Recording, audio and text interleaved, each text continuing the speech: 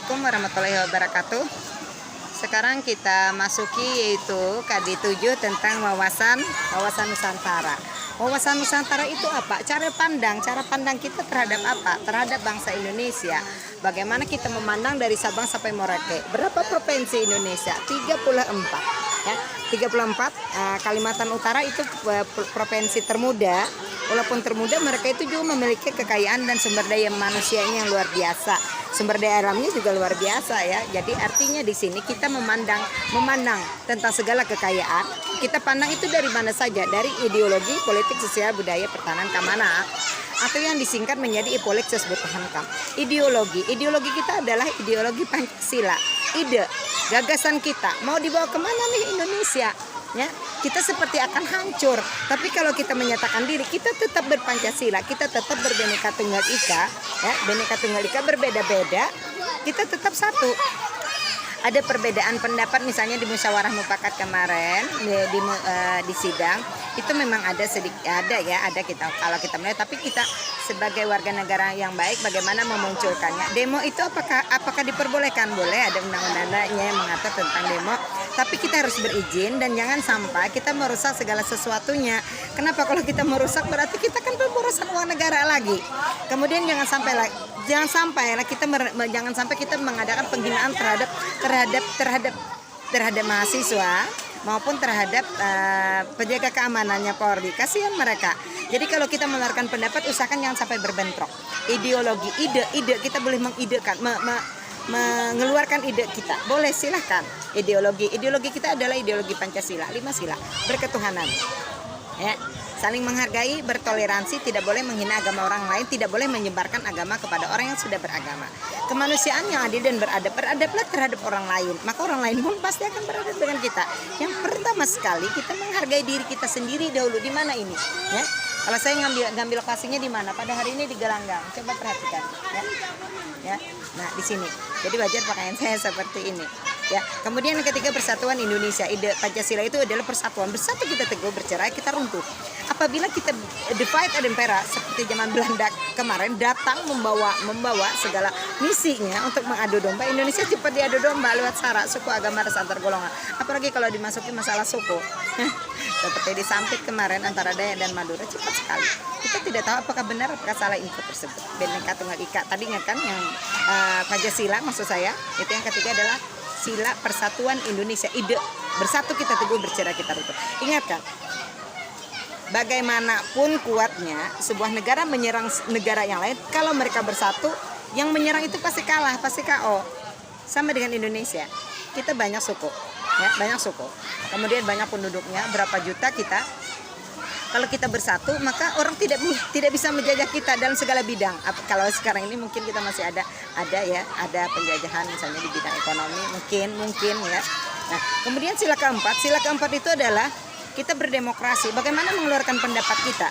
Apakah kita boleh dengan kekerasan yang seperti kemarin, seperti demo dan sebagainya, diperbolehkan, tapi ada undang-undang yang mengatur. Jangan merusak lingkungan, jangan merusak alat-alat negara yang sudah ada. Itu Ibu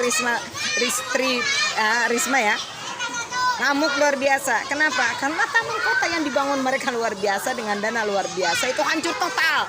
Ya, ada apa Indonesia anarkis sekali? Ya. Mungkin karena pemerintahnya, mungkin karena kita, ya, karena pandemi, jadi cepat naik darah, naik hitam dan sebagainya. Ya, boleh berdemokrasi boleh, tapi ingat jangan sampai menghina orang lain. Kemudian sila kelima, keadilan sosial bagi seluruh rakyat Indonesia. Semua sama, yang kaya, yang miskin, laki-laki, perempuan, emansipasi wanita ada. Kita semuanya menghargai keadilan sosial bagi seluruh rakyat Indonesia. Adil ke seluruh Indonesia belum bisa 100%. Kenapa? Ya, pasti ada yang merasa dianaktirikan. Adil bagi saya belum tentu adil bagi orang lain. Adil bagi you belum tentu adil bagi saya. Itulah yang disebut dengan Pancasila tadi. Ideologi, ide mau dibawa kemana? Pandangan hidup bangsa kita Indonesia, Pancasila, dasar negara Pancasila. Ada ide-ide kita di sana ya, seperti termaktubkan di dalam butir-butir Pancasila. Ya, kemudian IPO politik. Nih mau ada pilkada nih, jadi kita jangan sembarangan bersuara macam-macam, apalagi ASN, jangan ngikut-ngikut lah. Coba jadi penonton kita, Ya, jangan sampai kita umpat blok barat, blok timur, pasukan kuning, pasukan merah, pasukan biru, jangan. Politik. Sejak kecil kita sudah bisa berpolitik. Sayang-sayang sama mama ujung-ujungnya minta uang untuk jajan. Ya, politik. Politik kita di Indonesia adalah politik bebas aktif. Kita boleh berteman dengan siapa saja, dengan negara manapun kita diperbolehkan. Silakan. Kalau zaman Pak Gus Dur kita itu membuka pertemanan dengan Israel. Bahkan beliau itu kemarin di demo macam-macam. Kita boleh, tapi ingatkan, kuatkan iman. Apabila iman kita tidak kuat, kita jangan sampai berteman dengan orang yang salah. Ada tuh nasihat Nabi ya, nasihat Rasulullah. Kalau kita berteman dengan orang yang berdagang, berjualan minyak harum atau parfum, maka tubuh kita juga menjadi harum. Tapi kalau berjualan, berteman dengan para pedagang ikan, maka juga kita akan bau ikan. Artinya apa? Kuatkah kita untuk menangkal segala sesuatu dari teman kita itu? Bisa kada saringan kita? Filter kita bisa kada?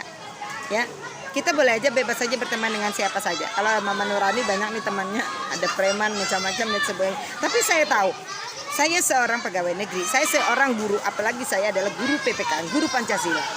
Jadi jangan salah kaprah kalau Mama Nurani misalnya bikin YouTube, bikin TikTok dan sebagainya. Ingat, nama saya Nurani. Saya punya filter, saya punya tahu, saya punya saringan, saya punya keluarga, saya punya teman, ya. Dan saya punya NIP, nomor induk pegawai. Artinya saya kalau melakukan kesalahan sedikit saja yang membuat masa depan saya ambruk total, saya juga tidak mau. Saya melihat kenapa? Untuk apa saya berteman dengan orang-orang yang misalnya kalau di Banjar Utara, khususnya di dekat tempat kerja saya itu banyak yang preman. Saya pengen mengetahui kenapa latar belakang itu bisa dijadikan PTK. Kemudian anak-anak mereka, anak preman itu kan siswa saya. Artinya pada saat nanti saya di dalam lingkup mengajar, di dalam lingkup sekolah saya untuk memberikan pendidikan, saya tahu. Ya, karena guru itu juga ada BK-nya ya, ada psikologi anak. Ya. Kenapa anak ini menyimpang? Itu tujuan saya. Artinya dalam berpolitik, dalam berteman, saya bebas saja. Membebaskan anak-anak saya juga bebas. Sayangnya anak-anak saya jarang mau berteman dengan anak yang salah, beda dengan saya. Untuk apa? Saya untuk PTK aja, untuk penelitian tindakan kelas. Supaya apa? Supaya anak bangsa saya menjadi lebih baik. Nah, kemudian kembali ke dalam politik tadi. Ranah politik itu ada undang-undangnya ya. Kita boleh mengeluarkan pendapat. Boleh mengeluarkan pendapat, tapi jangan sampai gara-gara pendapat kita itu menjadi perang. Luar biasa ya itu. Kemudian ekonomi kita seperti apa? Itu Muhammad Hatta ya. Ada yang disebut dengan ekonomi kekeluargaan, maka muncullah pasal 33. Perekonomian disusun sebagai usaha bersama berdasar atas asas kekeluargaan. Bumi, air dan sebagainya yang menguasai hajat hidup orang banyak dikuasai oleh negara untuk kepentingan rakyat. Itu asal usulnya, untuk kepentingan rakyat. Rakyat yang mana zaman sekarang ini? Ya. Kita tidak kalau kita buka mata kadang-kadang juga kita miris ya, tapi ingat Mama Nurani tadi, adil bagi saya belum tentu adil bagi you, belum tentu adil bagi saya. Jadi dengan kata lain kita di sini menyatakan diri, oh seperti itu ternyata Indonesia, mari kita perbaiki ekonomi kita yang tidak baik menjadi lebih baik ya. Kita bantu orang yang miskin, kita bantu. Hendaknya lah orang kaya itu membantu orang miskin lewat apa? Lewat zakat, infak dan sedekah. Ya, kalau kita pegawai negeri lewat apa? Pajak. Bagus karena jalan-jalan sebaiknya tambah bagus. Kalau menurut saya perekonomiannya di Indonesia kelihatannya kalau waktu saya kecil luar biasa, ngeri sekali. Mencari ikan juga susah. Kalau zaman sekarang kan lebih nyaman lagi. Kalau menurut saya itu jauh lebih maju daripada zaman dahulu. Kemudian ekonomi sosial. Bagaimana sosial kita? Pasal 34. Fakir miskin dan anak terlantar dipelihara oleh negara. Betul. Ya, fakir miskin. Nah, itu ada kan santunan-santunan, misalnya gas LPG itu untuk orang miskin. Sayangnya ada yang menyalahgunakan, beras raskin diborong, dijual kepada rakyat lagi. Kasihan. Kalau kita merasa kita mampu, janganlah membuat tambah rusuh Indonesia. Jangan memanfaatkan yang kaya makin kaya, yang miskin makin miskin, yang kuat makin kuat, yang lemah makin ambruk. Ya. Kalau saya bersebelahan dengan orang berjualan gas LPG, saya tanya, bisa nggak saya beli? Enggak bu, ini untuk rakyat miskin. Bacaannya juga ada, ini untuk rakyat miskin. Jadi saya belinya di luar, padahal itu juga tabungnya katanya untuk rakyat miskin. Tapi saya tidak membeli di pangkalan, karena pangkalan kan untuk orang miskin. Karena saya merasa mampu aja, biar untuk nyumbang juga untuk para pedagang kecil. Saya tidak mau memaksakan diri, padahal tetangga saya itu jualan gas LPG ya. Pangkalan yang 17,5. Kalau saya membelinya 35.000 untuk apa? Menjaga diri, bukan saya merasa kaya banget kada. Saya sadar diri. Itu untuk orang miskin. Saya tidak mau nanti diijabah Allah saya tambah miskin. Ekonomi. Nah, perekonomi sosial ya. Kalau sosial ini kalau kita melihat di Indonesia ada anak-anak yang tidak mampu, maka kita bantu. Ya, kita bantu, kita yang kaya menyumbang yang miskin. Kemudian kalau kita ada lebih atau di dalam Islam kita berapa persen, 0,5% ya. Nah, itu berikanlah kepada panti asuhan. Ya, berikan kepada panti asuhan, kepada masjid. Nah, sosial kita bantu. Jangan pernah berpendapat itu kan urusan negara. Jangan.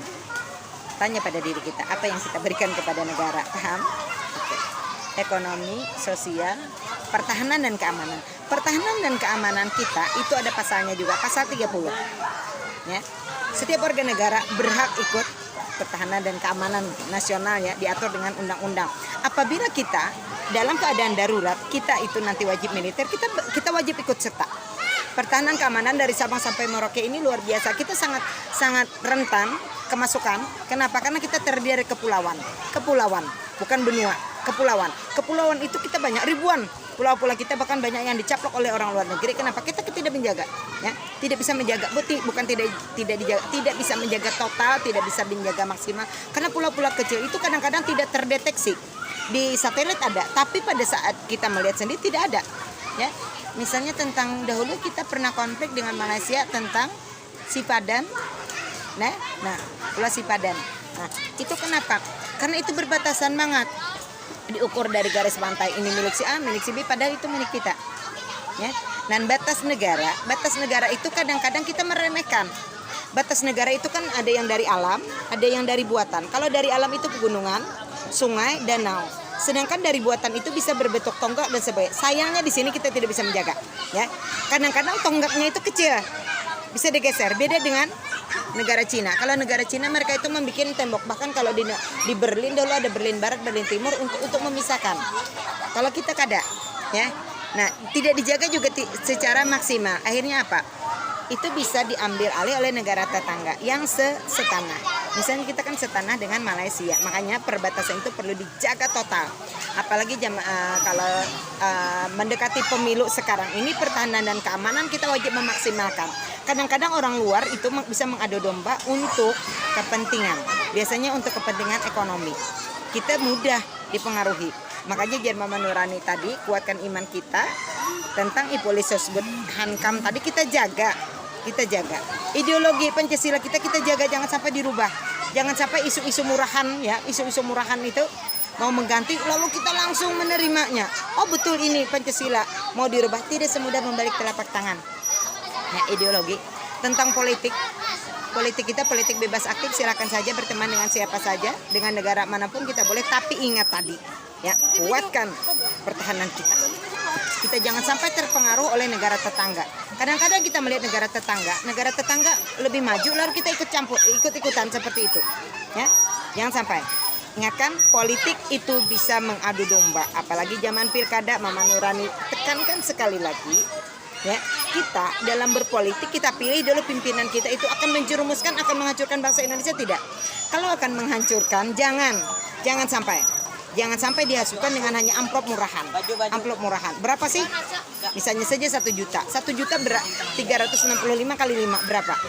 Berapa ribu hari kita menderita. Ya, ingatkan, jangan sampai. Kita cari orang yang betul-betul beriman, berintelektual, cerdas, mencerdaskan kehidupan bangsa, jangan menjerumuskan bangsa Indonesia. Kenapa? Kasihan rakyat Indonesia. Ya, coba saja bayangkan kita zaman corona sekarang ini kita ambruk total. Kita nanti susah banget nih bangkitnya, segala sesuatunya mahal. Harga 100.000 pagi, siang sudah habis. Ya. Tentang ekonomi kita adalah ekonomi kekeluargaan sesuai koperasi ya, koperasi dahulu yang bikinan Muhammad Hatta. Seharusnya ekonomi kita ini ekonomi yang luar biasa. Kenapa? Negara kita kaya banget. Sayangnya ada tangan-tangan yang tidak bertanggung jawab menghancurkan perekonomian kita. Ya. tidak solid, tidak terlampau cinta dengan bangsa Indonesia. Kalau betul-betul cinta dengan bangsa Indonesia, ya, betul-betul cinta dengan bangsa Indonesia, maka kita bangun. Mari kita bangun. Dengan cara apa? Dengan cara bukti konkret. Ya. Kalau saya sebagai seorang guru, hobi saya ini sesungguhnya hobi yang antik, hobi yang aneh. Saya senang di video, saya senang main TikTok, tapi saya manfaatkan secara positif. Saya bikin video, saya sebarkan kepada siswa. Ya, kenapa? Zaman COVID kan kita tidak bisa ketemu. Mereka rindu, saya lebih rindu. Mereka rindu suara Mama Nurani. Saya rindu dengan cerewetnya mereka, dengan nakalnya mereka. Saya rindu.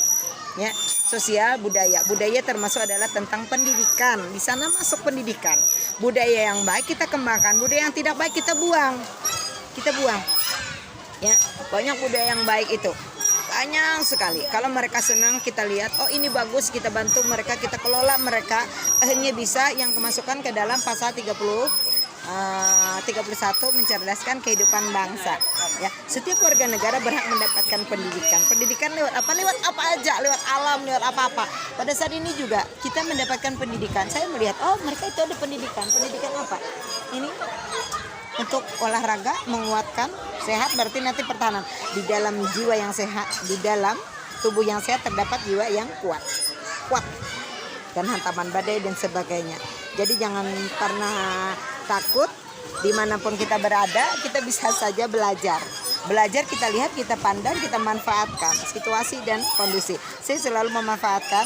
Apabila di rumah juga saya bisa sharing, bisa bikin video, saya sebarkan kepada siswa. Jadi jangan menyalahkan tentang keadaan alam. Oke? Wawasan Nusantara itu cara pandang kita memandang bangsa Indonesia dari berbagai sudut. Ya, kesimpulannya, Epolexis bertahankan ideologi Pancasila, politik bebas aktif, ekonomi kita kekeluargaan, sosial budaya kita pasal 34, paket miskin anak terlantar, artinya kita melindungi seluruh bangsa Indonesia. Budaya kita, budaya timur, jangan sampai terbawa. Boleh silakan membawa budaya barat, tapi tahan pada filter kita.